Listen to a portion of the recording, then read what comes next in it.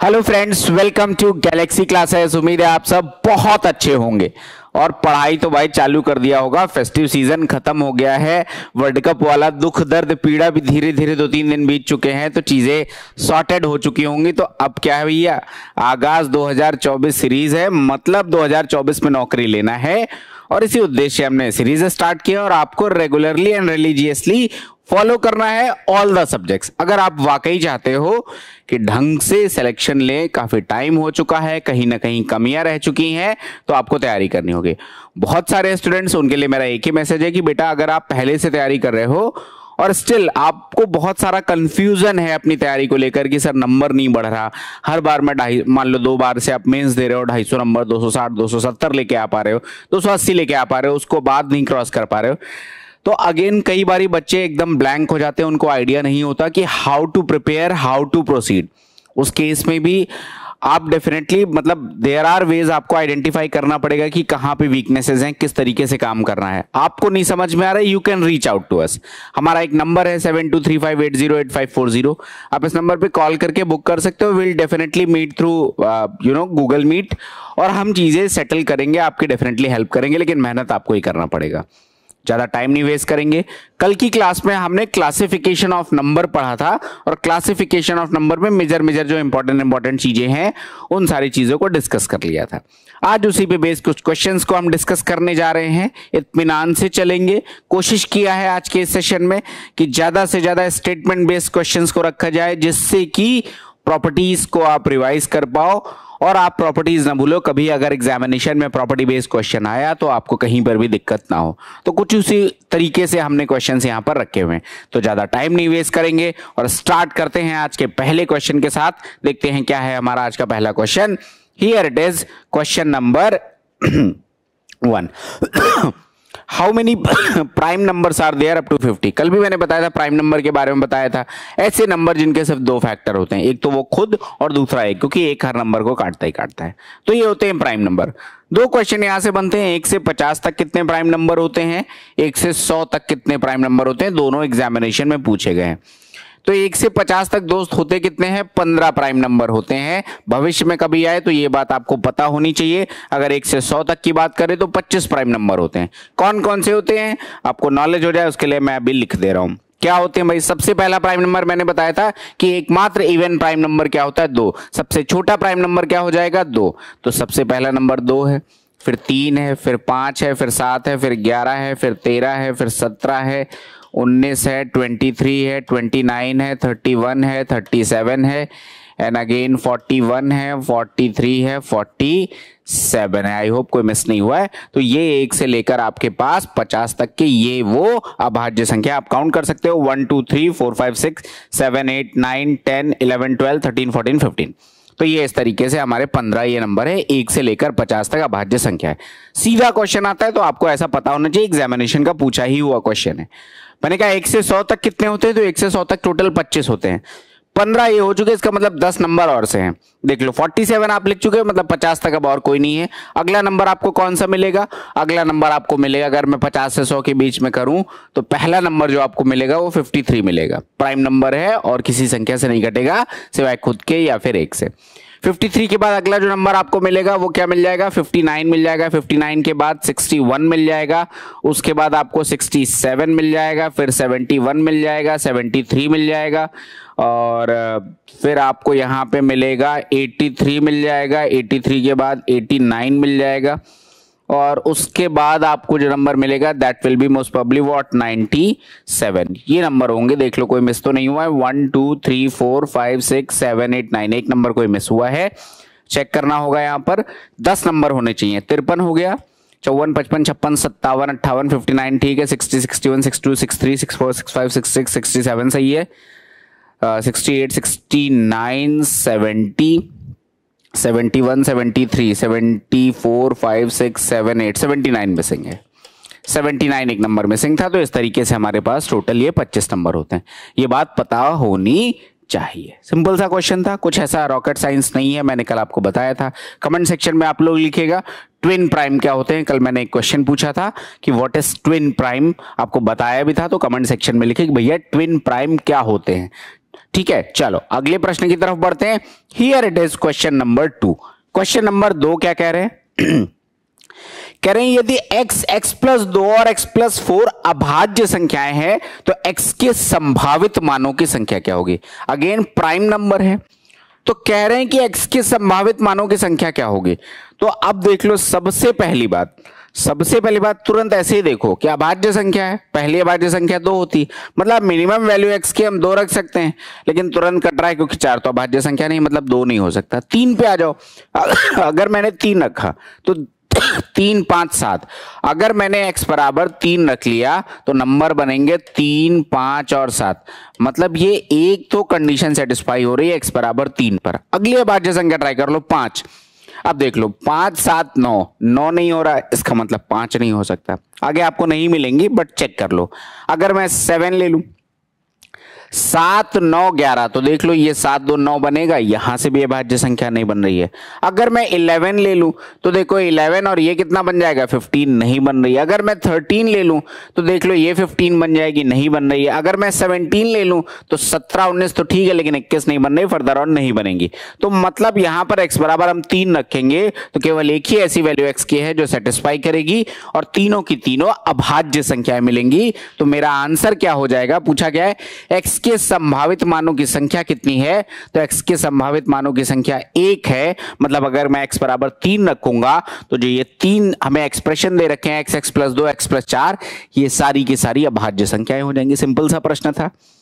अब ये सब क्वेश्चन आपको आते होंगे, इसमें कुछ ऐसा है ही नहीं रॉकेट साइंस, लेकिन क्या है एग्जाम में कभी कभी पैनिक करते हैं और वो नहीं होना चाहिए। आराम सा क्वेश्चन था, बहुत सिंपल से, कोई दिक्कत की बात नहीं। और कॉन्फिडेंस रखो अपने कंसेप्ट पे। नहीं, कई लोगों के मन में भी डाउट आएगा, अच्छा नहीं अबे हम 23 रखेंगे, फिर 23 पे जब आ जाएगा कि भाई 25 बनना है, फिर कहेंगे नहीं 29 रखेंगे, भाई वो कहीं नहीं मिलेगा, यहाँ पे 33 बन जाएगा। तो आपको टेंशन लेने की बात यहाँ पर ऐसा सच नहीं है। बात क्लियर है, कोई डाउट नहीं होगा। अगले प्रश्न की तरफ बढ़ते हैं। Here it is question number 3। देखो क्वेश्चन नंबर 3 क्या कहते हैं, x एक धनात्मक समपूर्णांक है, क्या है, पॉजिटिव है, इवन इंटीजर है, ऐसा कह रहे हैं। और y एक ऋणात्मक विषम पूर्णांक है, ठीक है, ये नेगेटिव इंटीजर है। तो कह रहे हैं साहब x to the power y की वैल्यू क्या होगी। तो देखो x के बारे में कह रहे हैं कि x इवन इंटीजर है, ठीक है, और y के बारे में कह रहे हैं कि y क्या है, y ऑड इंटीजर है। तो अब आपसे कह रहे हैं x की पावर y क्या होगी। एक तो तरीका आप वैल्यू रख लो, उससे मैं समझा भी दूंगा, लेकिन कॉमन सेंस क्या कहता है। और यहां पर एक और है कि ऑड इंटीजर है, वो भी नेगेटिव है और ये पॉजिटिव है। तो मतलब किसी भी संख्या की पावर माइनस में अगर आ जाए, ठीक है, कोई भी संख्या उसकी पावर माइनस में आएगा। तो ऐसे सोचो जैसे कि आपका लिखा हुआ है मान लो 10 की पावर -2, तो आप लिखते हो 1/10²। मतलब वो संख्या जो है वो तो p/q के फॉर्म में बदल रही है, समझ रहे हो कि नहीं, वो फ्रैक्शन के फॉर्म में बदल रही है। और अगर फ्रैक्शन के फॉर्म में बदल रही है तो जब मैं इंटीजर की बात करूं, क्योंकि डेसिमल में चेंज हो जाएगा तो इंटीजर नहीं होगा, तो ना तो ये होगा ना ये होगा, नन ऑफ दीज हम कह नहीं सकते, क्योंकि रेशनल नंबर तो मिलेगा। तो आंसर तो यही है।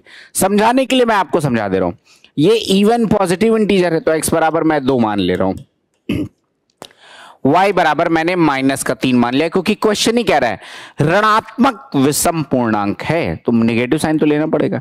तो x to the power y का मतलब 2 की पावर -3, तो ये आ जाएगा 1/2³ दैट मींस 1/8। और 1/8 तो रेशनल नंबर हो गया ना, क्योंकि p/q के फॉर्म में है, कल ही बताया है। तो ये बात क्लियर होगी। कोई भी वैल्यू ले लो, यहाँ पे आप 4 ले लो, यहाँ पे आप -7 ले लो, तो क्या हो जाएगा 4 टू द पावर -7, यानी कि 1/4 टू द पावर 7 p/q के फॉर्म में बदल जाएगा।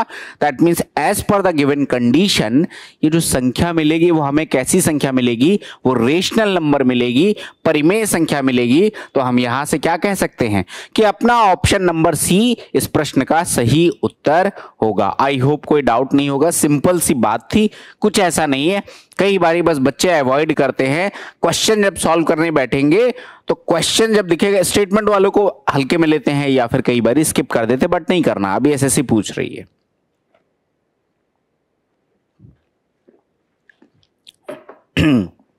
ठीक है, तो ये हमारे इस प्रश्न का आंसर आ जाएगा सी। आई होप कोई दिक्कत आपको नहीं होगी, कोई परेशानी इसमें नहीं होगी। सिंपल सा ही प्रश्न था। अगले प्रश्न की तरफ बढ़ते हैं। Here it is question number 4। Question number 4 क्या कह रहे हैं जरा देखते हैं। क्वेश्चन नंबर 4 कह रहे हैं निम्नलिखित कथनों में से कौन सा ऐसे सही है।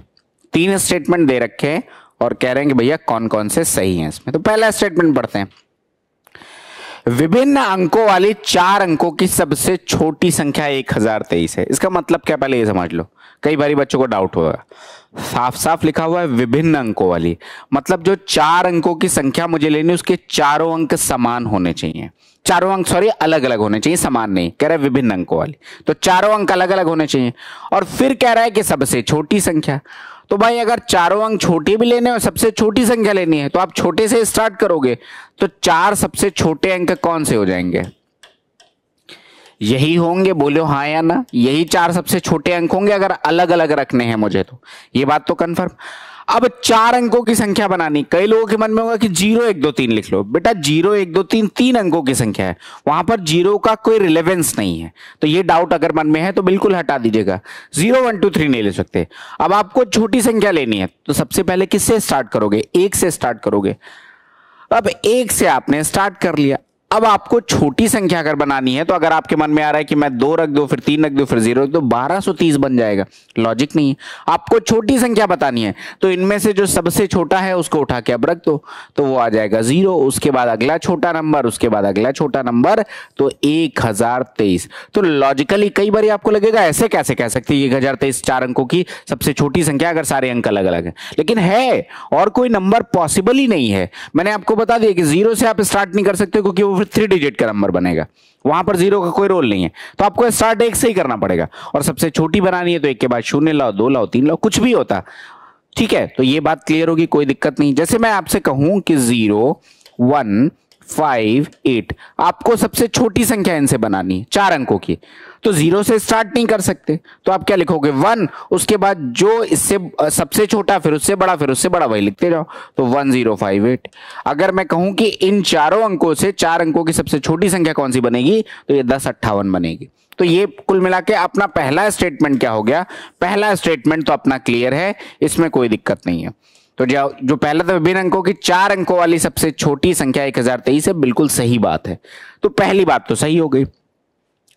दूसरा कह रहे हैं ए सबसे छोटी संपूर्ण संख्या है। हिंदी में डाउट हो तो तुरंत अंग्रेजी का टर्म पढ़ लेना, यूजुअली ऐसे में हम इंग्लिश यूज कर लेते हैं इसलिए बता दे रहे हैं कि एक सबसे छोटी संपूर्ण संख्या। आप लोग कमेंट करके बताओ कि ये बात सही है कि नहीं सही है। कहीं बताया, बहुत डिटेल में बताया, बहुत डिफरेंस और 2-2 बार 3-3 बार रिपीट किया है। भाई अगर 0 से स्टार्ट हो जाएगा मसला, 0 1 2 3 अप टू प्लस इन्फिनिटी तक, तो वो होंगी पूर्ण संख्याएं यानी कि होल नंबर। और अगर सिर्फ मैं पॉजिटिव इंटीजर्स को ले रहा हूं 0 को छोड़कर, पॉजिटिव इंटीजर मतलब 1 2 3 4 5 6, तो वो क्या हो जाएंगे आपके?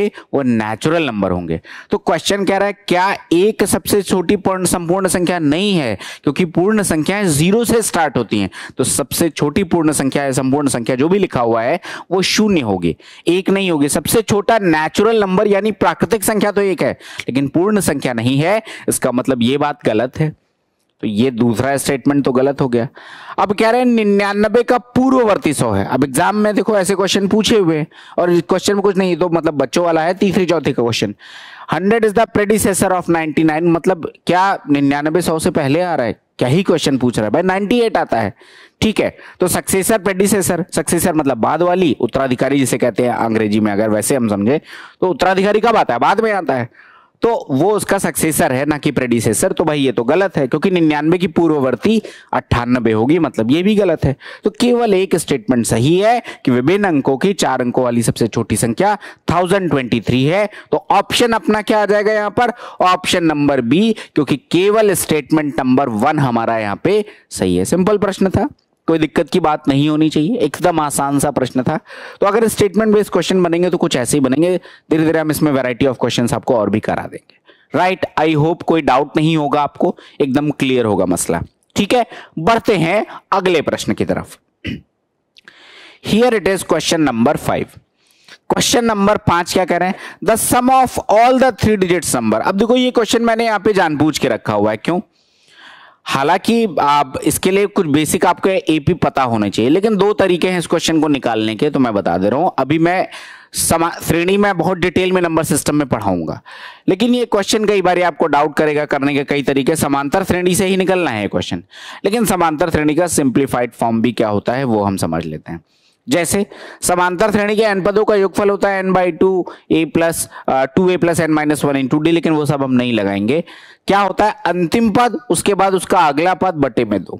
मतलब अगर अंतिम पद l है तो n2 में l प्लस 1/2, यूजुअली इसको n प्लस 1/2 लिखते हैं, तो आप कुछ भी लिख लो, ये होता है। तो आप कह रहे हैं कि ऑल 3 डिजिट्स नंबर, मतलब आपको अंक निकालना है 100 से लेकर कहां तक का, 999 तक, इतनी संख्याओं का आपने योगफल निकालना है। यही तो कह रहा है कि सारी 3 अंकों की। अब दो तरीके हैं, मैं आपको समांतर श्रेणी भी बता ही दे रहा हूं बेसिक, बाकी डिटेल में जब आपको समांतर और गुणोत्तर कराऊंगा तो उसमें 15-15, 20-20 क्वेश्चन करा दूंगा। अभी आप जान लीजिए, कोई भी समांतर श्रेणी वो श्रेणी होती है जिसके सारे पदों का डिफरेंस सेम हो, पहली कंडीशन। मतलब जैसे एग्जांपल, अब कई लोगों के मन में आएगा 2 4 6 8 लिख दो, तो इसको नहीं लेते हैं, कुछ और लेते हैं। मैंने कहा सारे पदों का डिफरेंस सेम हो, जैसे 3 लिखा, 7 लिखा, 11 लिखा, 15 लिखा, 19 लिखा, तो आप देख लो 3 4 7 4 11 4 15 4 19, सारे पदों में डिफरेंस कितने कितने का है, 4 4 का है। दैट मीन्स ये समांतर श्रेणी। It can be negative also, मतलब मैं लिख रहा हूं -2 -4 -6 या -3 -7 -11, तो ये भी समांतर श्रेणी है, इसमें कोई दिक्कत की बात नहीं। तो ऐसी श्रेणी होती है समांतर श्रेणी। तो आप देखो कि 100 101 102 103 ऐसी ही सीरीज चलेगी, तो ये समांतर श्रेणी है। अब समांतर श्रेणी आ गई तो समांतर श्रेणी में 2-3 चीजें आती हैं, आपको क्विक अभी बता दे रहा हूं, डिटेल बाद में डिस्कस करेंगे। कोई भी समांतर श्रेणी के जब हम फॉर्मूला निकालते हैं तो कुछ टर्म यूज करते हैं, समझ लेते हैं। एक टर्म आएगा ए, जो भी फॉर्मूला आप कहीं भी पढ़ते हो उसमें एक टर्म आएगा ए, और ए का मतलब क्या होता है, ए का मतलब होता है फर्स्ट टर्म, यानी कि प्रथम पद। जैसे मैं कहूं कि यहां पर ए क्या है, तो आप कहोगे साहब 3 है ए, यहां पर ए क्या है, तो यहां पर 100 है ए, तो सिंपल सी बात है। दूसरा टर्म आएगा एन, एन का मतलब क्या होता है, एन का मतलब होता है नंबर ऑफ टर्म्स, मतलब कुल पदों की संख्या। जैसे मैं अगर यहां पर कहूं पदों की संख्या तो कितनी दिख रही है, 5 दिख रही है। यहां पर कितना, कई लोगों को डाउट आएगा क्योंकि कई बार कैसी भी सीरीज हो सकती है, तो यहीं पर एक फॉर्मूला समझ लो। पहले टर्म बता दे रहा हूं कि कैसे आप निकाल सकते हो, हालांकि बहुत सिंपल है, बट स्टिल आपको डिटेल में बताऊंगा। सीरीज कैसी भी हो, डेसिमल की भी सीरीज हो, डायरेक्ट नहीं देख पा रहे हो तो पता होना चाहिए बेसिक क्या है। एक टर्म मैं अक्सर यूज करूंगा एल, और एल का मतलब क्या होगा, लास्ट टर्म, अंतिम पद। मतलब अगर मैं कहूं कि यहां पर एल क्या है, तो आप कहोगे साहब 19 है एल। यहां पर एल क्या है, तो यहां पर है 999, ये आपका एल है। ये 3 टर्म ही मैं यूज करूंगा। फॉर्मूले जानने के लिए कोई किताब पढ़ोगे, मान लो वहां दिख गया TN और SN, तो अब रो रहे हैं बैठ के कि ये वाला तो पढ़ाया नहीं था गुरुजी ने। कुछ नहीं है, रिप्रेजेंटेशन है। TN का मतलब क्या होता है, टर्म nth, मतलब जिसे हम अगर हिंदी में कहें तो ये हो जाएगा nवां पद। और एक टर्म आप अगर कोई किताब फॉलो करोगे तो आपको ऐसा भी मिलेगा, तो इसका मतलब होता है n पदों का योगफल, सम ऑफ n टर्म्स, n पदों का योगफल। ये आपको बुकिश लैंग्वेज में खूब मिलेगा, ठीक है। तो अब देख लो यहां पर मैंने नंबर ऑफ टर्म्स, मैंने कहा यहां तो निकालना बहुत आसान है, लेकिन लॉजिक समझ लो क्योंकि कैसी भी सीरीज हो सकती है। तो इसका हम लगाएंगे L माइनस में A अपॉन में D प्लस में 1। अच्छा D मैं मिस कर गया, D भी बता दे रहा हूं, सबसे इंपॉर्टेंट पार्ट तो यहाँ पे D ही है। D को हम लोग कहते हैं कॉमन डिफरेंस, या फिर हिंदी में कह रहे होते हैं सार्व अंतर। जब जीपी की बात करूंगा तो सार्व अनुपात आएगा, यहाँ पे सार्व अंतर आएगा। तो ये क्या होता है, कॉमन डिफरेंस। और सिंपल सी बात, जो इसकी बेसिक डेफिनेशन है, मैंने कहा सारे पदों का अंतर, जैसे यहां पे कॉमन डिफरेंस कितने कितने का है, 4 का कॉमन डिफरेंस है। यहां पर कितना है, तो 100 101 102, तो डिफरेंस कितने का हो गया, 1 का हो गया। तो मैंने कहा कोई भी सीरीज, कैसी भी समांतर श्रेणी याद है, अगर आपको पदों की संख्या निकालनी है तो सिंपल सा तरीका, अंतिम पद दैट मीन्स 999, माइनस में पहला पद दैट मीन्स 100, तो कितना आ गया 899, कितना आ गया 899। अपॉन में कॉमन डिफरेंस, पदों का अंतर कितना है, सार्वंतर कितना है, तो देखो 100, 101, 102 मतलब एक एक का डिफरेंस है, तो अपॉन में 1 है, लिखो या ना लिखो, और प्लस में उठा के 1 जोड़ दीजिए, ये आपका आ जाएगा टोटल 900 टर्म्स। कोई भी सीरीज हो ये तुरंत लगता है। तो आपको ऐसे नहीं कि आप फॉर्मूले के एक एक पद लिखना है, ये सब मेंटल कैलकुलेशन का पार्ट है, डायरेक्ट दिखना चाहिए कि हाँ यहां पर कितने पद होंगे। ये बात क्लियर है, कोई डाउट नहीं होगा, ठीक है। अब उसके बाद क्या आ जाते हैं, यहां तक हो गया। अब कभी कभी मान लो nवां पद निकालना होता है, जैसे मैं कहूं कि इस सीरीज का जो लिखा हुआ है, मैंने कहा इसका 20वां पद बताओ, इसका क्या आपको बताना है, 20वां पद। तो वो जो टर्म n की बात मैंने वहां पे लिखी थी nवां पद, अब nवें की जगह क्या है, 20वां पद। तो T20, हालांकि क्रिकेट से संबंधित टर्मिनोलॉजी लिखने में दुख हमको भी है, दुख आपको भी है, लेकिन कोई नहीं, पार्ट एंड पार्सल, अच्छा लड़ो, ये ज्यादा इंपॉर्टेंट है। ओवरऑल सिनेरियो आपने चाहे सोशल मीडिया फॉलो किया हो, चाहे कुछ भी कहीं पर भी आपने देखा होगा, ओवरऑल ठीक है हम हार गए एक मैच में, लेकिन अल्टीमेटली कि नहीं, we played well and we are proud of our team. तो वो इसलिए ना क्योंकि पिछले 10 मैचेस का परफॉर्मेंस बहुत अच्छा था, वो एक दिन नहीं था हम खराब खेले या जो भी रीजंस थे, लेकिन हमने 10 मैच बहुत अच्छे खेले। तो अल्टीमेटली प्रोसेस आपका हमेशा इंपॉर्टेंट होता है, आप क्या कर रहे हो वो इंपॉर्टेंट है, वो अच्छे से किया हुआ है तो रिजल्ट बहुत दुख होगा लेकिन इतना फर्क नहीं डालेगा, अब फिर से दोबारा खड़े होने का जज्बा रख पाएंगे। तो अब क्या है, इसका 20वां पद क्या होता है, a plus n minus 1 into D, a plus में n माइनस 1 इंटू डी, ये होता है फॉर्मूला। मतलब क्या है, पहला पद, जैसे मैं यहां पे कहूं पहला पद क्या है 3, n क्या है 20वां पद कह रहे हैं, तो n बराबर हो जाएगा 20 माइनस में 1, और d का मतलब 3 4 7, तो यहाँ पे d कितने का है 4। तो देख लो 20 में से 19 जाएगा, कितना आ जाए, 20 में से 1 जाएगा 19, 19 गुणे 4 76 प्लस 3 79। मतलब इस सीरीज का अगर मैं 20वां पद कहूंगा तो वो क्या हो जाएगा, 79 हो जाएगा। सिंपल वाली बात है, कोई दिक्कत की बात नहीं होनी चाहिए, ठीक है। अब यहीं पर आता है सम ऑफ n टर्म्स, Sn तो सम ऑफ 20 टर्म्स, तो फॉर्मूला होता है n/2 और ये होता है 2a plus n minus 1 into में d। ये तो बेसिक फॉर्मूला है जिसको इन शॉर्ट भी हम लोग लिखते हैं n/2 a plus l, l मतलब अंतिम पद, क्योंकि ये T20 है तो l का मतलब तो यही वैल्यू हो गई, उसी की वैल्यू यहाँ पे रख देंगे तो l आ जाएगा। तो n/2 a प्लस l भी हम लिखते हैं, हम वही यूज करेंगे ज्यादातर। मैं रिपीट कर दे रहा हूं कि मैंने क्या कहा, नहीं कई लोगों को लगेगा कि फॉर्मूला ही बोल दिया। देखो अगर मैं इस चीज को ब्रेक करूं तो मैं लिखूंगा n/2, 2a को मैं क्या लिख सकता हूं, a प्लस a, तो मैंने लिखा a प्लस में a और प्लस में n माइनस 1 और इंटू में क्या आ जाएगा d। अब अगर आप ध्यान से देखो ये इतना पार्ट, तो ये तो यही बात लिखी हुई है, और ये बात लिखी हुई मतलब 20वां पद, और मेरे हिसाब से वो अंतिम पद है, और अगर वो अंतिम पद है तो मैं इसकी जगह क्या लिख सकता हूँ, l लिख सकता हूँ, तो n/2 a प्लस l। तो हम फ्रीक्वेंटली इसी फॉर्मूले को यूज करेंगे, n/2 a प्लस l, यही हमारा फ्रीक्वेंटली यूज होने वाला फॉर्मूला होगा। आई होप कोई डाउट नहीं होगा, यहां तक बात क्लियर है, सिंपल सी बात थी, कोई समस्या नहीं होनी चाहिए।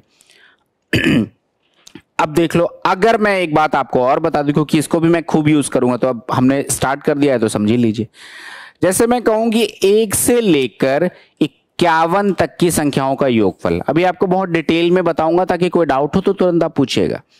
1 से लेकर 51 तक की संख्याओं का योगफल, तो अभी मैंने एक फॉर्मूला बताया n/2 a प्लस l, 1 से लेकर 51 तक मतलब टोटल 51 संख्याएं हो गई, तो 51/2, a प्लस l का मतलब 1 प्लस में 51, यही तो आ रहा होगा। अगर मैं कहूं 1 से लेकर 251 तक की संख्याओं का योगफल, तो आप कहोगे 251/2 और ये कितना आ जाएगा 1 प्लस में 251, यही तो बन रहा है। तो अगर आप इन दोनों बातों को ध्यान से देखो, क्योंकि हम इसको फ्रीक्वेंटली यूज करेंगे, आप डायरेक्ट लगाएंगे जहां आएगा, तो अभी समझते हैं। ये क्या लिखा हुआ है, ये लिखा हुआ है 51 इंटू में 52/2, यही लिखा हुआ है।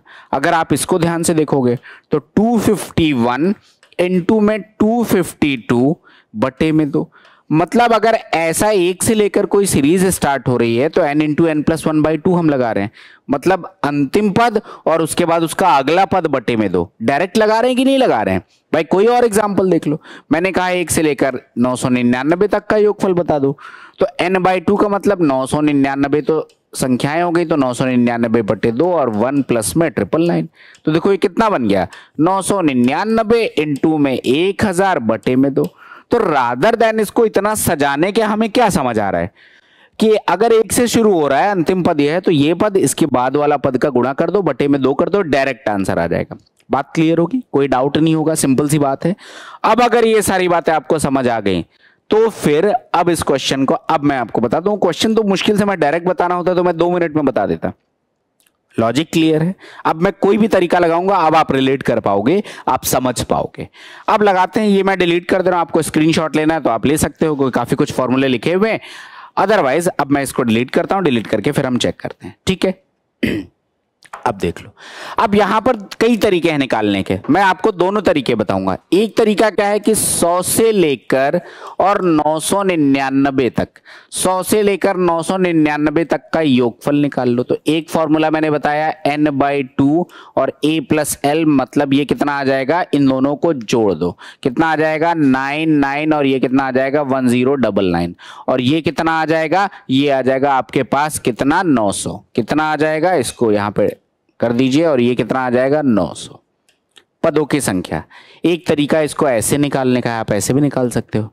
दूसरा तरीका क्या है, मैं कहूं कि दोस्त 1 से लेकर 999 तक का योगफल निकाल लो और 1 से लेकर 99 तक का योगफल निकाल लो। सिंपल सा सुनना मेरी बात को, मैंने कहा 1 से लेकर 999 तक की संख्याओं का योगफल निकाल लो, फिर 1 से लेकर 99 तक की संख्याओं का योगफल निकाल लो, और इसमें से ये घटा दो, आंसर आ जाएगा। और ये अभी मैंने जस्ट आपको तरीका बताया कि अगर 1 से लेकर 999 तक की संख्याओं का योगफल निकालना है तो डायरेक्ट लिखोगे। अब आपको सजाना भी नहीं है, अभी तो मैं लिख दे रहा हूं, नहीं तो दिमाग में तुरंत आना चाहिए कि 999 उसके बाद क्या हो जाएगा 000 डिवाइडेड बाई 2, यही होगा 999 इंटू में 1000 बटे में 2, यही तो योगफल आएगा। और इसमें से 1 से लेकर 99 तक घटाना है, मतलब 99 इंटू में 100 बटे में 2, यही तो आपका आंसर आएगा। जब आप इसको घटा देंगे तो आपका योगफल आ जाएगा। This must be the answer. बोलिए अगर कोई डाउट है। अब रही बात आंसर निकालने की, तो देखो इतनी बड़ी वैल्यू देखकर अंदाजा भी लगाना है तो आप आंसर कर सकते हो। जैसे कम से कम डी ऑप्शन और बी ऑप्शन तो मैं डायरेक्ट काट सकता हूँ, वैल्यू बड़ी आ रही है, इन दोनों में हमें चेक करना है। तो अब देख लो 99900 और 9900 बटे में 2 करना है, तो आपके पास 99900 एंड 9900 है 0 0, 10 में 9 गया 1, बचेगा कितना आपके पास, 18 में से 9 जाएगा 9, ये आ जाएगा 8, ये आ जाएगा 9। ज्यादा सॉल्व नहीं करेंगे, इतनी बड़ी वैल्यू है। 49 दूना 98, 49 मुझे दिख रहा है, आंसर यही है। आगे आप चेक कर लीजिएगा। तो पूरा डिटेल मैंने आपको बता दिया है, क्या क्या तरीके हो सकते हैं वो भी आपको बता दिया है। जो बेहतर लगे उसके साथ आप कर लीजिए, कोई दिक्कत की बात यहां पर नहीं है, ठीक है। एक और बात भी, जैसे यहां पर मुझे ऊपर देख लो, ऐसा देखते ही एक आइडिया लग रहा है कि ये नंबर जो है, ये नंबर 450 है। 450 का मतलब 45 से कट रहा है, 45 का मतलब 9 से कट रहा है, 5 से कट रहा है। तो कम से कम ऑप्शन देखो 9 और 5 से एक ऑप्शन तो ये कट गया आपके पास। अच्छा, बाकी 9 से नहीं कटेंगे तो 5 से काटो। देखो डायरेक्ट जुगाड़ ऐसे ही लगता है एग्जाम में। मुझे समझ आया कि 9 से भी कटेगा, 5 से भी कटेगा। 5 से ये नहीं कटता, 5 से ये नहीं कटता, 5 से ये नहीं कटता, आंसर यही है। तो ये चीजें आप जब प्रैक्टिस करते जाओगे ना, नंबर सिस्टम, अभी मैंने डिविजिबिलिटी, रिमाइंडर थ्योरम सब कुछ नहीं पढ़ाया, लेकिन आपको बताते जाऊंगा कि what can be the approaches, ताकि आप एक गणित वाकई में सीखो और उसको अप्लाई करना सीखो। डिविजिबिलिटी बताऊंगा तो मैं आपको काफी सारे एग्जांपल्स कराऊंगा, ताकि आपको एक आइडिया हो कि किस तरीके से हम डिविजिबिलिटी करेंगे, ठीक है। देखते हैं अगला क्वेश्चन। तो ये रहा हमारा नेक्स्ट क्वेश्चन। वो which of the following number is cyclic prime. अब देखो, कल मैंने आपको को प्राइम तो पढ़ाया, कल मैंने आपको ट्विन प्राइम पढ़ाया, फिर मैंने कहा था ना कि जो भी कुछ प्रॉपर्टीज है, प्रॉपर्टी पे हम क्वेश्चन करा देंगे, वहां से चीजें क्लियर होंगी। बस साइक्लिक प्राइम क्या होता है, एक नया टर्म आ गया, कुछ है नहीं, बड़ी सिंपल सी बात है। ऐसा कोई भी प्राइम नंबर जिसको अगर मैं रिवर्स कर दूं, कोई भी प्राइम नंबर जिसको मैं रिवर्स कर दूं तो भी प्राइम बन जाए, तो वो होता है साइक्लिक प्राइम। बोलो हाँ या ना, सिंपल सी बात है, कोई दिक्कत की बात नहीं होनी चाहिए। एग्जाम्पल के तौर पे, जैसे अगर मैं स्टार्ट करूं, रिवर्स करना मतलब 2 डिजिट तो होनी ही चाहिए। तो आप देखो, जैसे 13 का रिवर्स करोगे कितना बनेगा, 31। तो ये पेयर क्या है, ये साइक्लिक प्राइम है। बात क्लियर है कि नहीं क्लियर है? आगे देखो, जैसे मैं अगला कहूं 17 का रिवर्स कर दो, कितना बन जाएगा, 71। दोनों प्राइम नंबर दिख रहे हैं, यहां पर भी कोई दिक्कत नहीं है। अगला देखो, जैसे जैसे मैं कहूं 37 और 37 को रिवर्स कर दो तो 73, तो ये भी क्या हो गए, साइक्लिक प्राइम नंबर हो गए। बात क्लियर है, नहीं क्लियर है?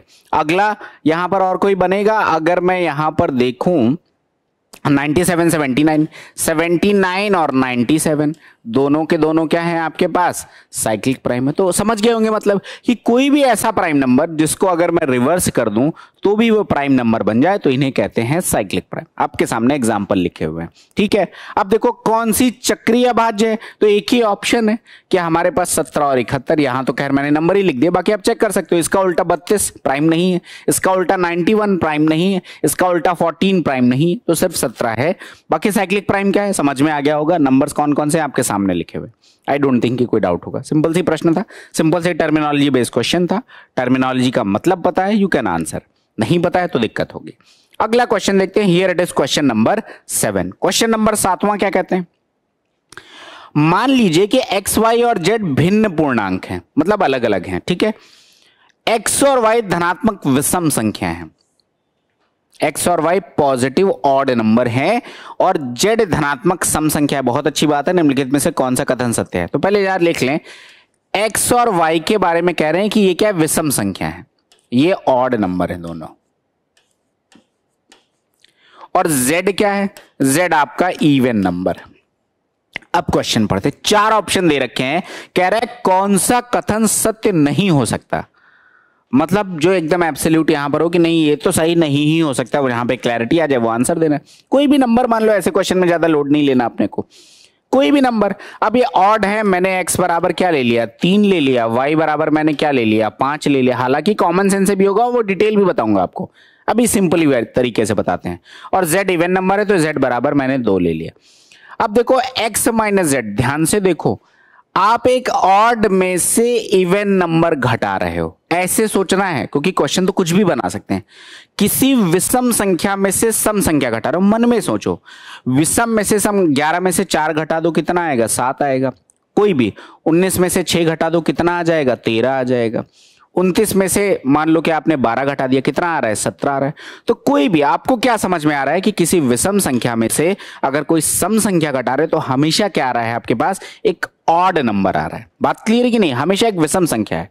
तो मतलब मैं इतना तो कह ही सकता हूं कि यहां से x माइनस जेड क्या होगा। अब ये देखो, ये कई लोगों को जब मैं समझाता हूं तो बच्चों को लगता है कि जबरदस्ती पुल क्यों कर रहे हैं क्वेश्चन, डायरेक्ट आंसर कर सकते हैं।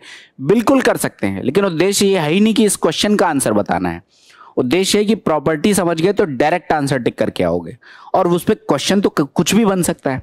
तो ये बात कंफर्म है कि अगर मैं कहूं कि ऑड में से मैं इवन नंबर घटा दूं तो ये हमेशा क्या मिलेगा आपको, ऑड नंबर मिलेगा। आप कोई भी चेक कर लो, कोई भी ऑड नंबर, कुछ भी जो मन में आ रहा हो आप चेक कर लो, आपको हमेशा ऑड नंबर मिलेगा। पहली बात क्लियर। अब इसमें से वाई स्क्वायर, वाई क्या है यहां पर, एक ऑड नंबर है, वाई क्या है, एक ऑड नंबर है। और अगर इसमें से मैंने किसी ऑड का गुणा किया तो अब आपको क्या मिलेगा, एग्जाम्पल के तौर पे समझने के लिए यही वैल्यू आप चेक कर सकते हो। ऑड माइनस इवन, मतलब देख लो 3 में से 2 जाएगा, 1 इंटू में 5 क्या मिल रहा है, विषम संख्या। अब आप कोई संख्या ले लो, कोई संख्या, ये हमेशा विषम ही मिलेगी, ये सही है स्टेटमेंट, चेक कर लो। आपके मन में कोई संख्या है, ऑड लिख लो, मैंने लिख लिया 19, इवन लिख लो 6, यहां पर मैं 3 का गुणा कर रहा हूं, आप चेक कर लो। 19 से 6 जाएगा 13, 13 तिया 39। और कोई संख्या लिख के देख लो, यहां पे मैंने लिख लिया 23, यहां पे मैंने लिख लिया 12, यहां पे लिख लिया मान लो 5 लिख लिया। 5 से तो वैसे ही आ जाएगा तो मैं 7 लिख ले रहा हूं।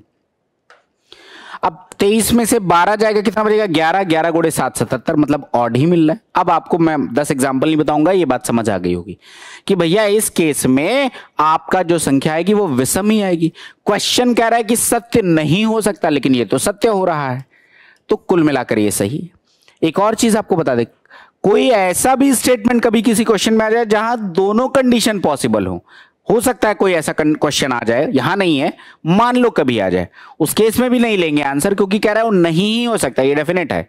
तो अगर दोनों कंडीशन पॉसिबल है, मतलब हो भी सकता है नहीं भी हो सकता, तब भी मत लेना आंसर। तो पहला वाला तो आपका आंसर नहीं है, क्योंकि ये सही स्टेटमेंट है। X minus z into y odd होगा।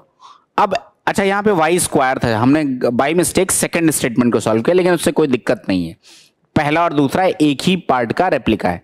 देखो x minus z into y, x minus z into y, ये लिखा हुआ है x, ये लिखा हुआ है z इंटू में y, ये मैंने सॉल्व किया था, ऑड ही आ रहा था, तो ये भी अपने आप में सही। लेकिन अगर स्क्वायर भी कर दोगे तो कोई फर्क नहीं पड़ना, बात सही में। क्यों भाई, इसको अगर 9 भी कर दोगे तो भी ऑड ही आएगा क्योंकि ऑड ही संख्या है। इसको 49 भी कर दोगे तो भी ऑड ही आएगा, इससे कोई फर्क नहीं पड़ना। ऑड हो तो ऑड का वर्ग भी क्या होता है, कोई भी विषम संख्या उसका वर्ग हमेशा क्या आएगा, विषम संख्या। चेक कर लो, 3 का स्क्वायर 9, 5 का स्क्वायर 25, 7 का स्क्वायर 49, 9 का स्क्वायर 81 एंड सो ऑन।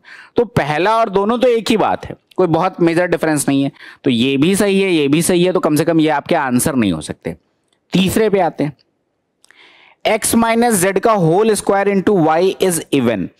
क्या कह रहे हैं, x माइनस जेड का whole square into y is even. अब देख लो सब कुछ तो सेम है, बस यहाँ पे एक स्क्वायर है, तो चेक कर लो कोई एग्जांपल जो आपके सामने लिखे हुए इन्हीं को चेक कर लो, बाकी तो कोई चेंज नहीं हुआ है।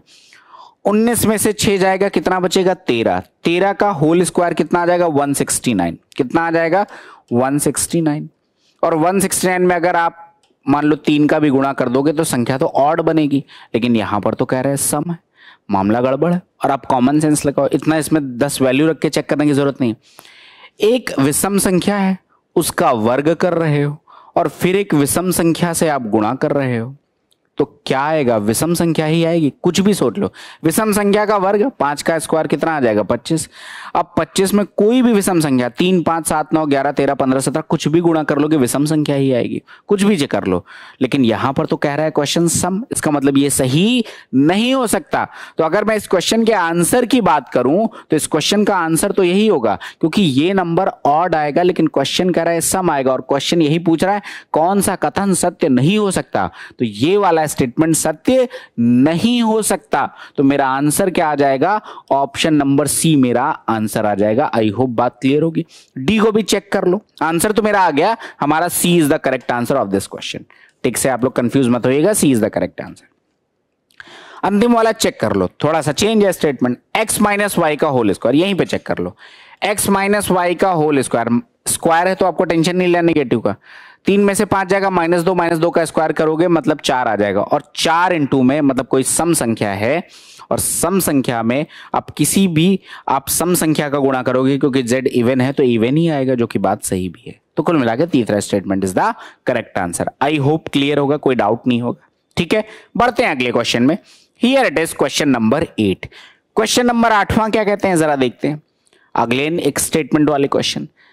अब कह रहे हैं कि निम्नलिखित कथनों में से कौन सा ऐसे सही है। देखो क्या कह रहे हैं, प्रत्येक प्राकृत संख्या, प्राकृत या प्राकृतिक संख्या वो नेचुरल नंबर ही सेम ही बात है। प्रत्येक प्राकृतिक संख्या एक संपूर्ण संख्या है, संपूर्ण संख्या मतलब होल नंबर। अब देखो कल डिटेल में बताया था, फिर से बता दे रहा हूं, बस रिवाइज कर दे रहा हूं कि 0, 1, 2, 3, 4 अप टू इनफाइनाइट।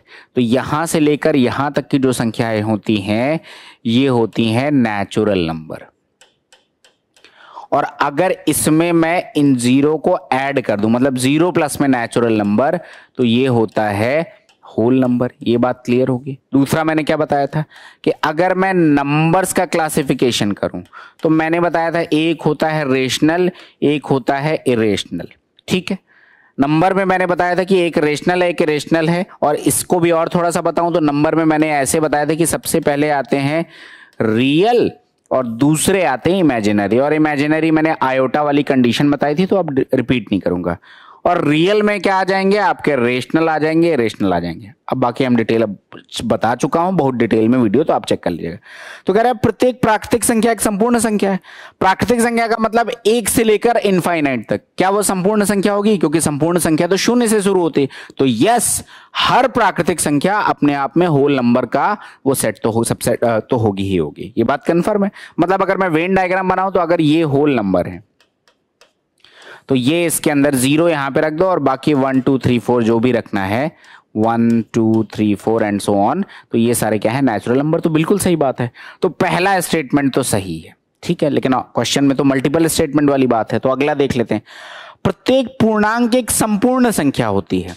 अब देख लो यहां पर बच्चा होगा कंफ्यूज, क्या कह रहे हैं, इंग्लिश में भी पढ़ लो, every integer is a whole number. अब डाउट क्या होगा जरा समझते हैं। देखो इंटीजर के बारे में भी मैंने आप लोगों को बता रखा है बहुत अच्छे से कि इंटीजर को जब मैंने बांटा था तो एक होता है पॉजिटिव इंटीजर, एक होता है नेगेटिव इंटीजर और बीच में आपका 0। तो कह रहे हैं प्रत्येक पूर्णांक एक संपूर्ण संख्या होती है, लेकिन संपूर्ण संख्या नेगेटिव तो होती नहीं है, बोलो हाँ या ना। संपूर्ण संख्या 0 1 2 3 अप टू प्लस इन्फिनिटी तक जाती है, लेकिन इंटीजर तो नेगेटिव भी हो सकता है, मतलब -1 -2 इज ऑल्सो एन इंटीजर। इसका मतलब ये बात तो सही नहीं बैठ रही है, सही नहीं बैठ रही। इसका मतलब प्रत्येक पूर्णांक संख्या एक संपूर्ण संख्या होगी, हम नहीं कह सकते। क्यों? क्योंकि यहां पर जो इंटीजर होते हैं वो इंटीजर नेगेटिव भी होते हैं, लेकिन होल नंबर नेगेटिव नहीं होते। तो इसका मतलब ये स्टेटमेंट क्या हो गया? गलत हो गया। सिंपल सी बात थी। अगला पढ़ लो। प्रत्येक परिमेय संख्या एक संपूर्ण संख्या होती है। क्या कह रहे हैं? प्रत्येक परिमेय संख्या एक संपूर्ण संख्या होती है। हम ये बात कह सकते हैं, नहीं कह सकते? आप जरा सोचो। देखो, परिमेय संख्या की डेफिनेशन, रेशनल नंबर की definition, any number which can be represented in the form of p upon q where p and q are integer, जहां p और q क्या होते हैं? इंटीजर होते हैं, और q is not equal to 0 होता है। ये बात तो है।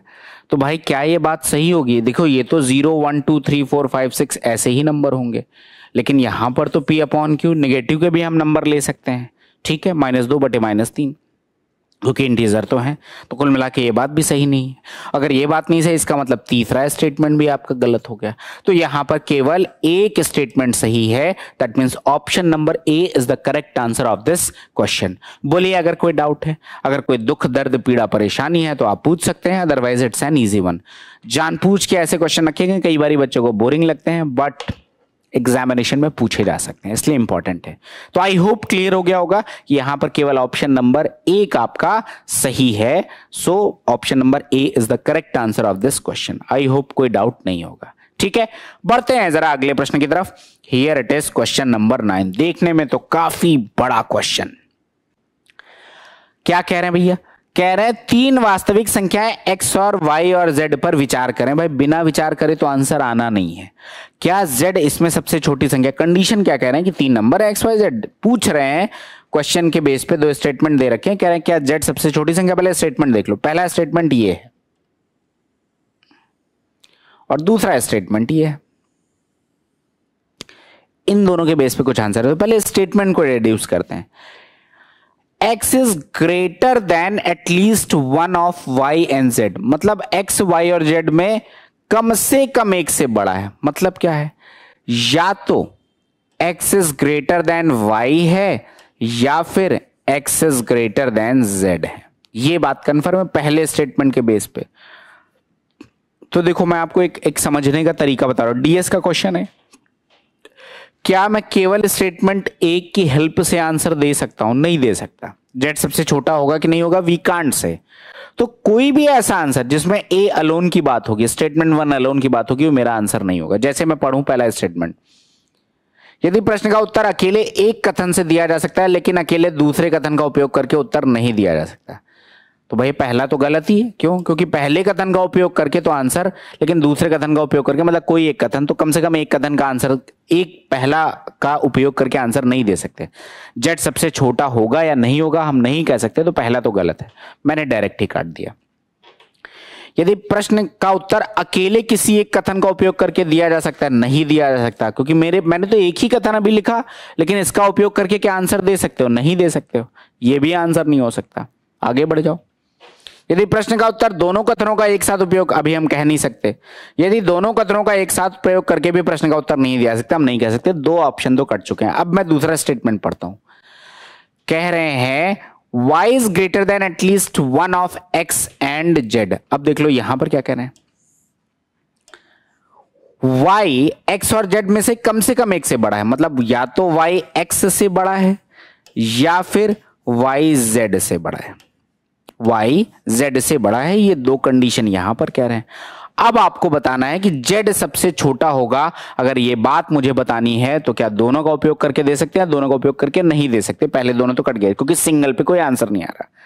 तो अगर मैं ध्यान से देखूं कि भाई या तो y x से बड़ा है या y z से बड़ा है, मतलब अगर मैं दोनों स्टेटमेंट को ध्यान से देखूं तो एक कंडीशन अपने पास कॉमन आ रही है।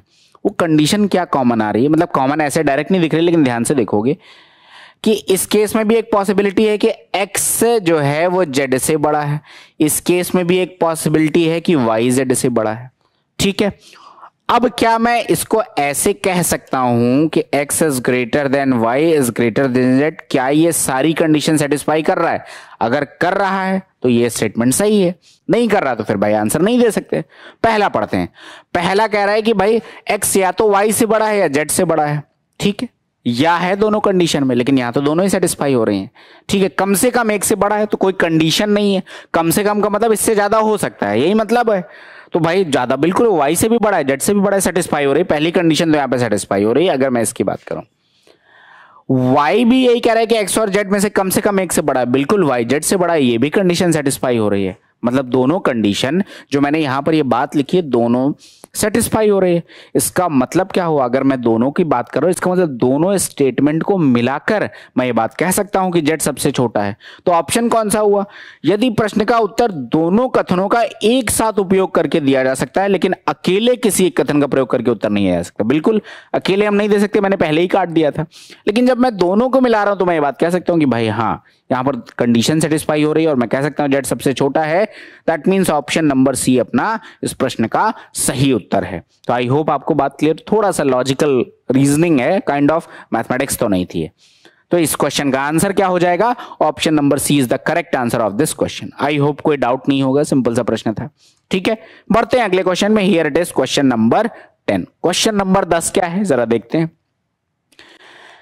क्या कह रहे हैं? 5x प्लस 11y एक अभाज्य संख्या है और x और y नेचुरल नंबर्स हैं, तो x प्लस y का न्यूनतम मान क्या है? अब देखो बढ़िया क्वेश्चन। 5x प्लस में 11y आपको दे रखा है, बात क्लियर। और ये कह रहे हैं ये एक प्राइम नंबर है, ये एक अभाज्य संख्या है, और कह रहे हैं कि x और y नेचुरल नंबर है, मतलब x y में से कोई भी 0 के बराबर नहीं है, 1 से स्टार्ट करना पड़ेगा। कह रहे हैं x और y का न्यूनतम मान बता दो। अब देख लो कि मान लो कि अब यहां पर कोई कंडीशन नहीं दे रखी है x y बराबर है या नहीं है। मान लो कि मैं x बराबर y बराबर आपका 1 रख दूं, ठीक है, क्योंकि दो एक ऑप्शन में, इसलिए मैंने ट्राई किया कि 1 1 दोनों है। तो देख लो 5 प्लस 11 16 नहीं हो सकता, तो ये ऑप्शन तो कट गया। दूसरा ऑप्शन मुझे 3 दिख रहा है, न्यूनतम मान लेना है, तो मैं x बराबर 1 ले लेता हूं, मतलब मैं 1 और 2 ले रहा हूं, आपस में इंटरचेंज करके देख लूंगा, उससे कोई दिक्कत नहीं है। अब देख लो 5x का मतलब कितना हो जाएगा? 5, और प्लस में 11y का मतलब 22, 22 5 27, ये तो नहीं बनेगा। रिवर्स करके देख लो, 5 2 10 और 10 प्लस 11 21, दोनों प्राइम नंबर नहीं है, तो मेरा ये आंसर भी नहीं हो सकता। बात खत्म हो गई। अब आ जाओ, इसके बाद न्यूनतम मान लेना है, तो इसीलिए मैं ऐसे ऑर्डर में ले रहा हूं। अब मुझे 5 लेना है, 5 बनाना है x प्लस वाई, तो मैं 1 प्लस 4 कर सकता हूं, तो 5 बन जाएगा। ठीक है, अब चेक कर लो, 5 और प्लस में 44, ये तो हो गया। देखो 5 इंटू में 1 कितना हो जाएगा? 5, और 11 गुणे 4 हो जाएगा 44, 44 और 5 49, ये तो नहीं बन रहा। रिवर्स करके देख लो, अगर मैं 4 रख दूं तो 5 चौको 20 और 20 प्लस 11 31 बन रहा है, ये सेटिस्फाई कर रहा है। मतलब क्या हुआ? मैंने x बराबर क्या रखा? 4 रखा, और y बराबर मैंने क्या रखा? मैंने 1 रखा। अब जरा देखो इस क्वेश्चन को सॉल्व करो, तो 5x का मतलब कितना आ जाएगा? 20, और 11y का मतलब कितना आ जाएगा? 11। आंसर कितना आ जाएगा? 31। ये तो प्राइम नंबर मिल रहा है। तो न्यूनतम संभव मान अगर मैं देखूं, आगे मुझे 7 ट्राई भी नहीं करना, क्योंकि आपसे कह रहा है न्यूनतम संभव मान, और न्यूनतम संभव मान मुझे एक दिख गया, तो अब अपने को परेशानी नहीं होना। मेरा आंसर क्या हो जाएगा? 5, ये न्यूनतम संभव मान है। आई होप कोई डाउट आपको इसमें नहीं होगा। एक सिंपल सा प्रश्न था, कोई दिक्कत वाली बात यहाँ पे नहीं लग रही होगी, सिंपल सा क्वेश्चन है। ऑप्शन x प्लस वाई का न्यूनतम मान कितना होगा? तो we can say x plus y का न्यूनतम मान आपका कितना हो जाएगा? That is 5। I hope clear होगा। ठीक है, इसके बाद आपके लिए कुछ होमवर्क है। अगला क्वेश्चन आपके सामने है, क्वेश्चन नंबर 11। ये क्वेश्चन आपका होमवर्क है, और हम मिलेंगे नेक्स्ट सेशन में, आगे के क्वेश्चन डिस्कस करेंगे, और पूरे चैप्टर को बहुत डिटेल में कवर करने वाले हैं। क्लासिफिकेशन ऑफ नंबर पढ़ा, फिर उसके बेस क्वेश्चन हमने कर लिए। आगे जो इस चैप्टर में रिमाइंडर थ्योरम है, फैक्टर्स है, डिविजिबिलिटी है, प्लस मिसलेनियस क्वेश्चंस है, सिंप्लीफिकेशन है, एलसीएम एचसीएफ है, we will cover everything in this particular chapter. तो आई होप आपको बात समझ में आया होगा, सेशन में मजा आया होगा। कोई डाउट है आप कमेंट सेक्शन में लिख सकते हैं। I will definitely take your doubts in next session only, right?